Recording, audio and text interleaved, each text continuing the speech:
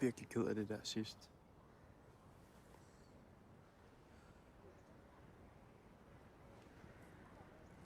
Jeg ved godt, at du ingen dårlige intentioner har. Men jeg spurgte dig, om du var sikker på, at jeg gerne måtte være der. Det er jeg virkelig ked af.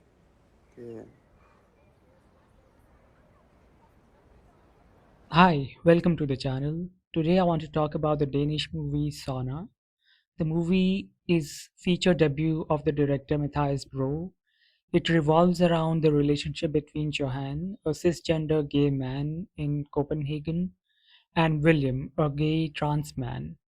Now, before I proceed, I must say that I don't have too many good things to say about this movie. It was fine, but uh, it felt like a lot of lost potential. It is slow paced, which I'm fine with, but this movie, it just does not pick up pace at all. There are moments that feel like, okay, now we may feel some more intense emotions, but the movie feels like it is held back all the time. Having said that, let's talk about the characters and the story. So, Johan is from Odense and has recently moved to Copenhagen. He has his own little circle of friends and supportive people. He works at a sauna.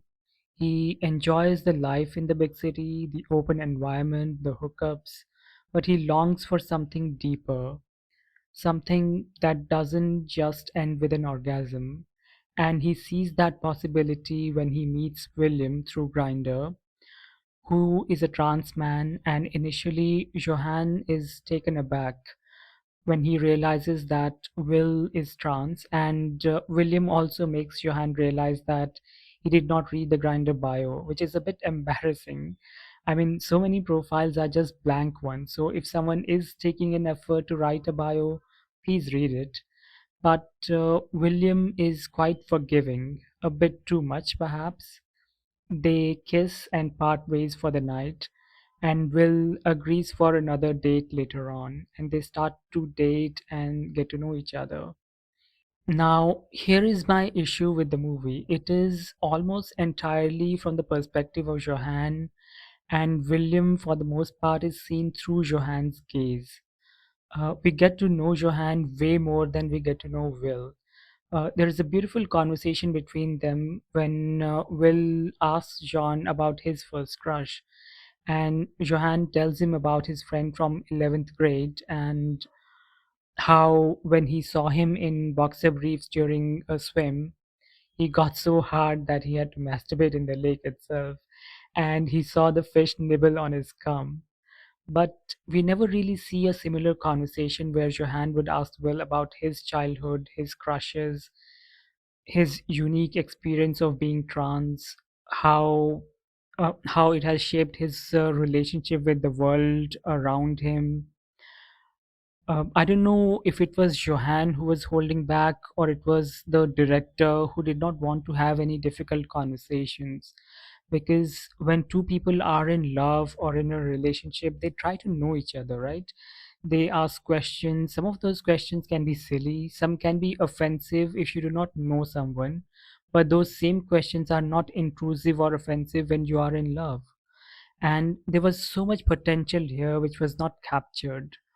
Though there was one scene which I really liked. It was when Will and Joanne talk about his testosterone cream, and Will tells him that he applies it to his arms and thighs, and because he has not been approved for transition yet, he gets it from a friend. And then we see Johan applying testosterone cream on Will's thighs. It was the best scene of the movie, but sadly, the movie lacks enough of these kind of scenes.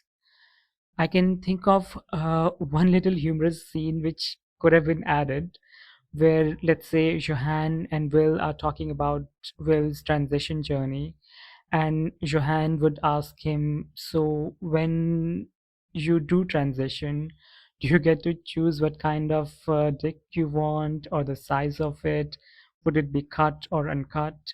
And again, such conversation would not be considered offensive, when it is between two people who are together. Of course, this can be offensive for a random person to ask, but for two people who are together, they can and should have such conversations, right? One thing that I liked was how they showed the struggle that William goes through to access gender reaffirmation care. The hoops that one has to go through to get approved for this was a lot. I mean, I thought things would be a lot better in Denmark, but they too have a lot of red tape. And I would understand if it was about a minor where there can be a debate about parental consent or puberty blockers, but for an adult to go through so much hurdles, it is just too much. I mean, they have already lived through adolescence not feeling comfortable in their bodies. The least the system can do is to ensure that they have a relatively less stressful path to transition as an adult. Getting back to Johan and Will, they are very different people with different challenges. For Johan, it is mostly internal. He does not have a very healthy relationship with his parents. He's not out to his father, and uh, with his mom, after he came out, they never really talked about his sexuality. For Will, though, the challenges are mostly external. He has probably been through the internal challenges much sooner and has more supportive parents as well, and he has a group of supportive friends. So his struggles are external, largely due to the apathetic system. Now, I'm sure he has some emotional issues too, but the movie never really delves deeper into his psyche. As I said, it is largely from the perspective of Johan. Johan is quite insecure in this relationship. He looks for validation from Will. He steals from his job to support Will in his transition. He's a bit juvenile. Perhaps he's still that teenager who got aroused around his friend, who drifted away from him over time. He's not a bad person, though. He's kind, he loves Will, but we can see that this relationship is not really going to work. Though, even though Will is very patient and kind towards Johan, he too has his limits. William, of course, needs support from Johan, like we all do from our companions, but he does not want Johan to be like his savior. He can take care of himself for the most part. He just wants someone to be there by his side during tough times. And they soon realize that what they had was beautiful, but it cannot go on. And as Sahir Ludhianvi once wrote, वो अफसाना जिसे अंजाम तक लाना ना हो मुमकिन उसे एक खूबसूरत मोड़ देकर छोड़ना अच्छा, which translates to when a story is destined never to conclude, it is better to give it a beautiful turn and simply let it go.